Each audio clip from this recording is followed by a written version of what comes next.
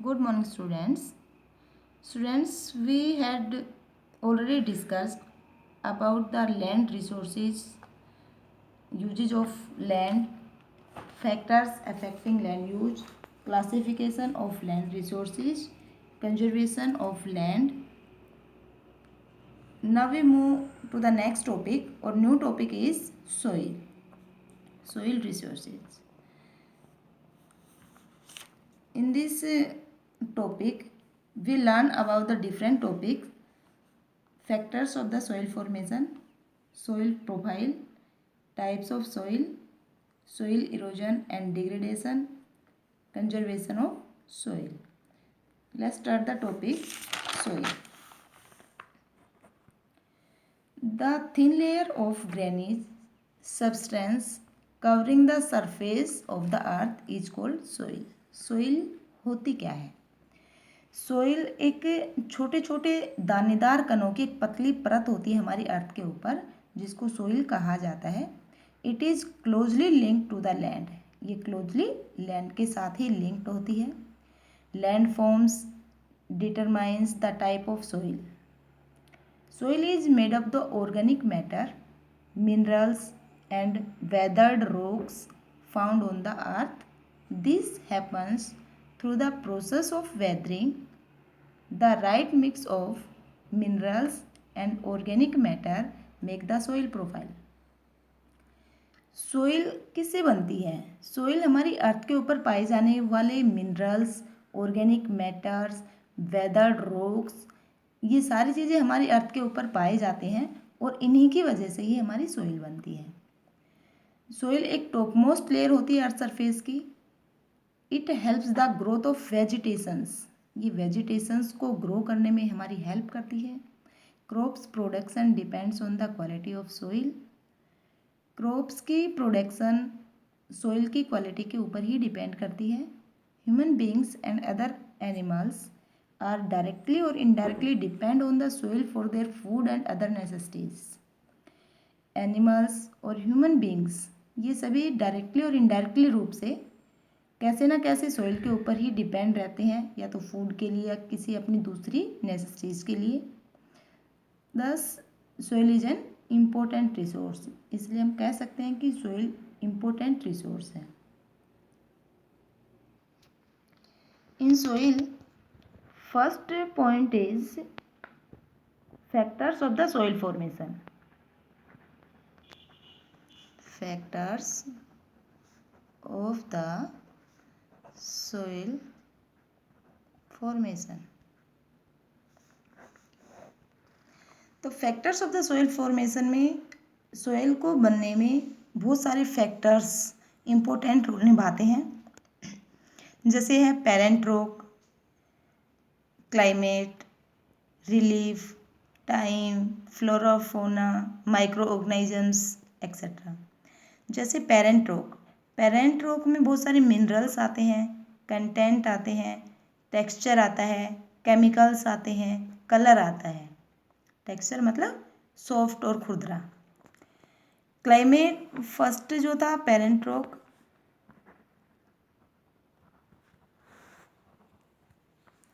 Second factor कौन सा होगा इसका? क्लाइमेट. क्लाइमेट में आते हैं जैसे टेम्परेचर है, rainfall, rate of weathering and humus. Third factor है टाइम. और टाइम में जैसे कि थिकनेस ऑफ द सोइल आ जाएगा, thickness of the soil profile आ जाएगा. अगला है रिलीफ. रिलीफ में आ जाएगा altitude, slope, determine of soil की जो मोटाई होती है वो भी आएगी इसमें. और नेक्स्ट है फ्लोरा,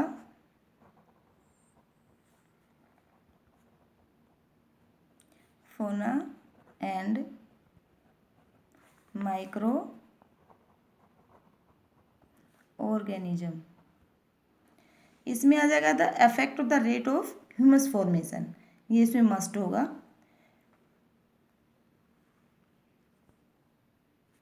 ये सारे फैक्टर्स आपकी एनसीईआरटी की बुक में दे रखे हैं, उनमें से आप ये सारे के सारे पढ़ सकते हो। नेक्स्ट टॉपिक है सोइल प्रोफाइल। तो सोइल प्रोफाइल जो है वो क्या होती है, जैसे सोइल किस तरह से बनती है, उसकी लेयर्स कौन कौन सी होती हैं, उन सब चीज़ों को हम सोइल प्रोफाइल कहते हैं। एक ऐसा एनसीईआरटी की बुक में एक डायग्राम दे रखा है और इस डायग्राम से आप समझ सकते हो कि इसमें देखो 4 लेयर्स दे रखी हैं, 1 2 3 4। जो फर्स्ट लेयर है हमारी वो टॉप सोइल होती है, जिसमें ह्यूमस ज़्यादा होता है और वेजिटेशंस इसमें ग्रो करती हैं। सेकंड जो लेयर है उसमें सब सोइल होती है और इसमें सैंड और क्ले की जो मात्रा है वो ज़्यादा पाई जाती है। थर्ड जो होता है वेदर्ड रॉक होती है, इसमें सारे ऐसे मटेरियल्स पाए जाते हैं जो वेदर से ही इकट्ठे होकर वो जमने शुरू हो जाते हैं। फोर्थ जो है वो पेरेंट रॉक होती है, ये एक रॉक का ही पार्ट होती है जिसमें पार्टिकल्स सारे मिलने लग जाते हैं, सारे जम जाते हैं। तो इसका हम एक दूसरे डायग्राम से भी इसको देख सकते हैं, जैसे कि ये है, इस डायग्राम से भी हम इसको देख सकते हैं। इसके भी 4 पार्ट होते हैं, 1 2 3 4, इसमें 5 दिखा रखे हैं। ये ऑर्गेनिक मैटर का होता है जिसमें वेजिटेशंस वगैरह ग्रो करती हैं। ये अर्थ की टॉप सोइल होती है हमारी, ये सेकंड टॉप सोइल होती है। थर्ड सब सोइल मानी जाती है। फोर्थ पेरेंट मटेरियल्स माना जाता है, ये रॉक का ही एक टाइप होता है। और लास्ट जो लेयर है वो बेड रॉक मानी जाती है, इसमें ये चट्टानें होती हैं जो बहुत ही चिपकी हुई और गहरी चट्टानें होती हैं। तो इसको हम सोइल प्रोफाइल जो है उसको हम एनसीईआरटी की बुक से भी समझ सकते हैं, उसमें भी एक ऐसा ही डायग्राम दे रखा है हमारा। जो फर्स्ट लेयर जो होती है हमारी उसको होरिजोन ए भी कहा जाता है, जो टॉप सोइल होती है हमारी उसको हम होरिजोन ए भी कहते हैं उसको। सेकंड जो है उसको सबसोइल कहा जाता है, सबसोइल, और सबसोइल को हम होरिजोन बी के नाम से भी जानते हैं। थर्ड जो लेयर है उसको हम रॉक फ्रेगमेंट्स कहते हैं।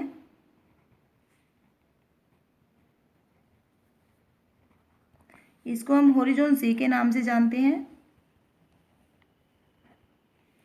और जो फोर्थ लेयर हमारी होती है वो पेरेंट रॉक होती है, या फिर इसको हम बेड रॉक के नाम से भी जानते हैं। और इसको हम होरिजोन डी में काउंट करते हैं, A B C and D. First है टॉप सोइल, फिर सब सोइल, फिर रॉक फ्रेगमेंट्स, उसके बाद पेरेंट रॉक। पेरेंट रॉक को हम बेड रॉक भी कह सकते हैं। नेक्स्ट पॉइंट है टाइप्स ऑफ सोइल।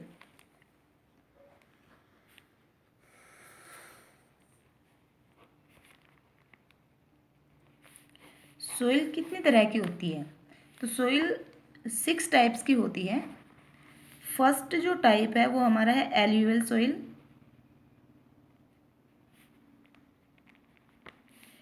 सेकंड जो टाइप है वो है black soil. Third type red soil. Fourth laterite soil.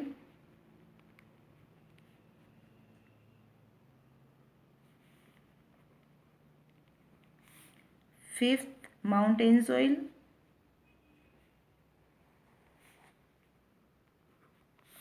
और सिक्स्थ डेजर्ट सोइल। तो फर्स्ट सोइल जो है हमारी ये ज़्यादातर नॉर्दर्न प्लेन्स में ज़्यादा पाई जाती है। Northern plains of India, deltaic region, उनमें ज़्यादा पाई जाती है। ये suitable for most of the crops, ज़्यादातर फसलों के लिए एल्यूवियल सोइल इम्पोर्टेंट मानी जाती है। Black soil, black soil Deccan प्लेटू जैसे महाराष्ट्र है, गुजरात, मध्य प्रदेश, इनमें ज़्यादा पाई जाती है। ये कॉटन और शुगर केन दोनों क्रॉप के लिए इम्पोर्टेंट मानी जाती है। कॉटन और sugarcane. Third red soil. Red soil mainly Tamil Nadu, Karnataka, some parts of the Maharashtra, Andhra Pradesh, Orissa, इन डिस्ट्रिक्ट्स में ज़्यादा पाई जाती है। ये ज़्यादातर ज्वार, बाजरा और पल्सेस के लिए ज़्यादा इम्पोर्टेंट मानी जाती है। ज्वार, बाजरा और पल्सेस के लिए ज़्यादा मेन मानी जाती है। लेटेराइट सोइल, जो लेटेराइट सोइल है ये वेस्टर्न कोस्टल रीजन्स और हैवी रेनफॉल वाले जो एरिया होते हैं उनमें ज़्यादा पाई जाती है।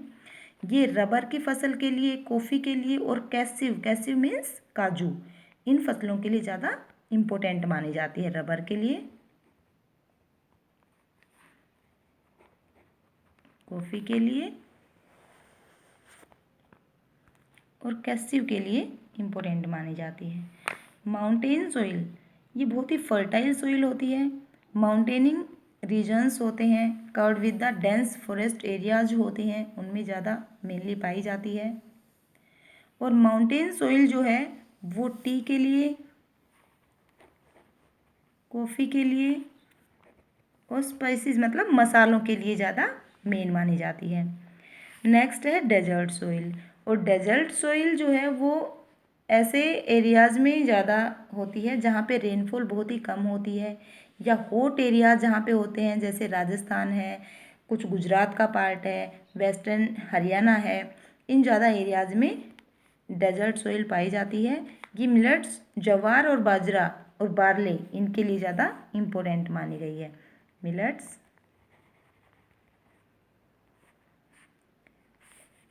बार्ले और ज्वार और बाजरा, इनके लिए मेन मानी गई है।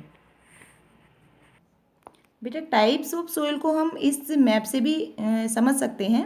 जैसे कि रेड सोइल है, रेड सोइल में हमने रेड कलर किया है, तो रेड कलर जहाँ जहाँ पे भी हमारे इंडिया के मैप में रेड कलर हो रखा है, ये सारी की सारी क्या है, रेड सोइल। जैसे कि पर्पल कलर हमने लेटराइट सोइल में किया है, तो जिन जिन एरियाज़ में पर्पल कलर हो रखा है वो सारे लेटराइट सोइल शो कर रखी हैं इसमें। जैसे कि येलो कलर डेजर्ट सोइल में हो रखा है, तो येलो कलर हमारा सिर्फ ज़्यादातर कहाँ पे मिल रहा है, राजस्थान में, जहाँ पे ज़्यादा हॉट एरियाज़ होते हैं, तो ये ज़्यादातर डेजर्ट सोइल है। इस तरह ही हम माउंटेन सोइल को, इसी तरह ही एल्यूवियल सोइल को, ब्लैक सोइल को ये मैप में हमने शो कर रखा है। इसके थ्रू भी आप समझ सकते हैं। Students, this is enough for the today's lecture. You must go through the chapter once again yourself for better understanding. Thank you.